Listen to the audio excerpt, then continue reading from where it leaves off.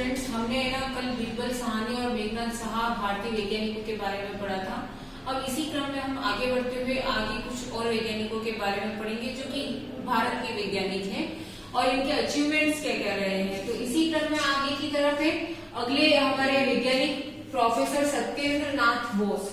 Professor Satyendra Nath Bose जो है, इनका जन्म 1894 में हुआ था और 1974 में इनकी मृत्यु हुई थी।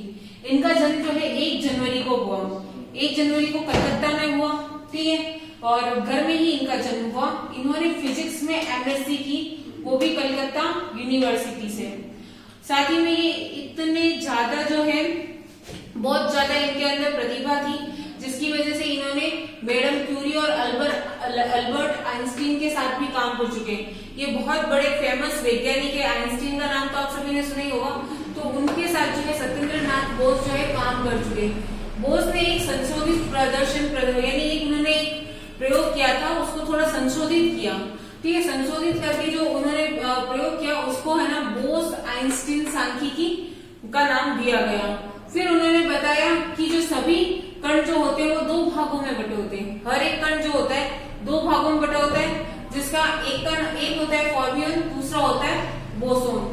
उसके बाद जो होते हैं, बहुत सारे वैज्ञानिकों ने ये बताया कि जो कण होते हैं वो उनके जो घूमते हैं वो इस तरीके से घूमते हैं, आधा चक्कर, फिर 1, फिर 1.5, फिर है ना उसके बाद 2, फिर 2.5, इस तरीके से घूमते हैं। तो बोस ने बताया कि जो भी कण हैं, जैसे फोटोन हुआ, अल्फा हुआ आदि, उनके जो घूमने की जो घूमते हैं वो पूर्ण संख्या के रूप में घूमते हैं, जैसे 0, 1, 2, 3, यानी 0 1 दिन 1 2 3 4 इस तरीके से वो घूमेंगे, न कि आधा चक्कर में जो है वो पूरा घूमेंगे। साथ ही में ये कण जो है बोसोन से जाने लगे। बाद में इन कणों को बोसोन कहा जाने लगा।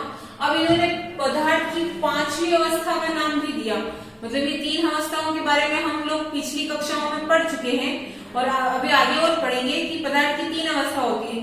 पर इन्होंने उसके बाद 5वीं अवस्था के बारे में बताया कि 5वीं अवस्था जो होती है उसको बोस आइंस्टीन संघनन का नाम दिया गया। अब जो है इसका उपयोग जो होता है वो किसमें होता है, गैस को ठंडा करने के लिए इसका उपयोग किया जाता है। उन्होंने सल्फोनामाइड एक रसायन है, उन्होंने केमिकल यानी कि रसायन क्षेत्र में भी उन्होंने अच्छे से जो है अपना वो बताया था। इसलिए उन्होंने एक रसायन है सल्फोनामाइड, उसके अंदर कुछ परिवर्तन किया और परिवर्तन करके ऐसा रसायन तैयार किया जिसका उपयोग आज भी जो है आई ड्रॉप के रूप में किया जाता है। तो यानी कि आई ड्रॉप जो है जहां से भी आई है वो सत्येंद्र नाथ बोस की वजह से मिली है। अगली रूप में हम देखेंगे तो भास्कराचार्य प्रथम जो है अगले वैज्ञानिक है। इनका जन्म जो है बहुत पहले हो गया था, यानी इनका जन्म जो हुआ वो 600 BC यानी 600 ईसा पूर्व और 680 ईसा पूर्व जो है इनकी मृत्यु हुई थी।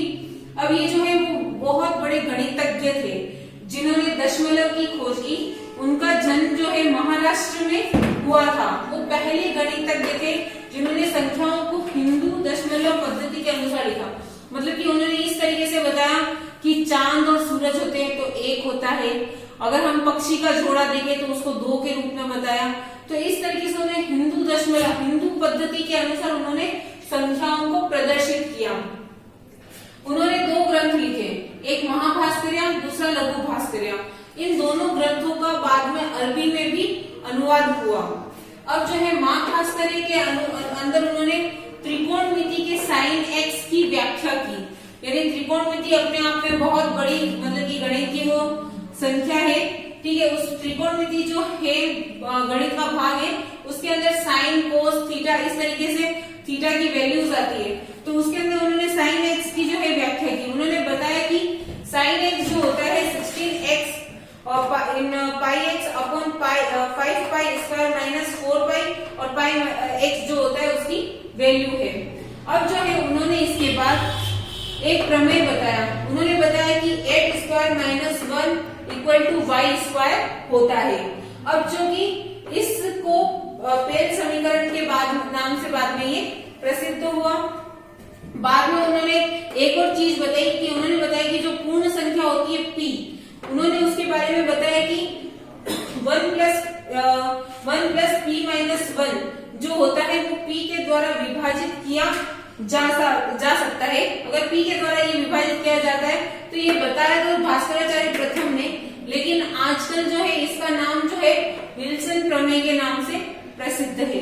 तो यहाँ पर ये हमारे दोनों वैज्ञानिकों की जीवनी जो होती है समाप्त होती है। ये तो बहुत छोटे में हमने बताया, इन्होंने और भी बहुत सारे अचीवमेंट्स दिए जो बाद में हम पढ़ेंगे।